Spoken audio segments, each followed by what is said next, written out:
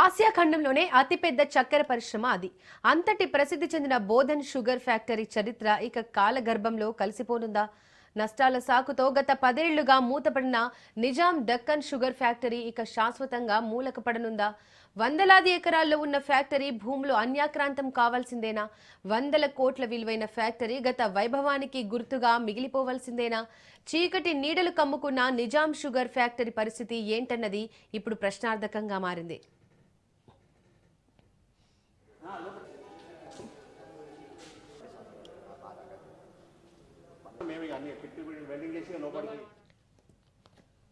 గత ప్రభుత్వ హయాంలో ఎంపీగా గెలిచిన 100 రోజుల్లో బోధన్ షుగర్ ఫ్యాక్టరీ తెరిపిస్తానని అప్పట్లో కల్వకుంట్ల కవిత హామీ ఇచ్చినా అప్పటి ప్రభుత్వం ఆ హామీని నెరవేర్చలేదు. 2 ఏళ్ల క్రితం అసెంబ్లీ ఎన్నికల సమయంలో అధికారంలోకి రాగానే చక్కెర ఫ్యాక్టరీని తెరిపిస్తామని సీఎం రేవంత్ రెడ్డి జిల్లా ప్రజలకు హామీ ఇచ్చారు. రేవంత్ రెడ్డి హామీని నమ్మి బోధన్ ఎమ్మెల్యేగా సుదర్శన్ రెడ్డిని ఇక్కడి ప్రజలు గెలిపించి అసెంబ్లీకి పంపించారు. అయితే 2 ఏళ్లు పూర్తి కాబోతున్న బోధన్ ఫ్యాక్టరీ గేట్లు తెరుచుకోలేదు.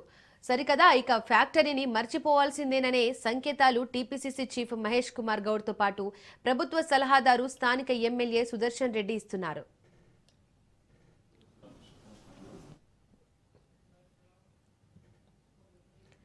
కాంగ్రెస్ ప్రభుత్వం అధికారంలోకి రాగానే బోధన్ చక్కెర ఫ్యాక్టరీ తెరుచుకుంటుందని జిల్లా ప్రజలు గంపెడు ఆశతో ఎదురుచూస్తున్నారు. ఫ్యాక్టరీ తెరిపించడం సుదర్శన్ రెడ్డి వల్లే సాధ్యమని అంతా భావించారు. ఆయన మంత్రి అయితే బోధన్ షుగర్ ఫ్యాక్టరీ తెరిపిస్తానని, చెరుకు రైతుల జీవితాలు బాగుపడతాయని, జిల్లా అభివృద్ధి చెందుతుందని ప్రజలు భావించారు. అయితే సుదర్శన్ రెడ్డికి మంత్రి పదవిని ఇవ్వకుండా ఎట్టకేలకు ప్రభుత్వ సలహాదారు పదవిని కట్టబెట్టారు రేవంత్ రెడ్డి.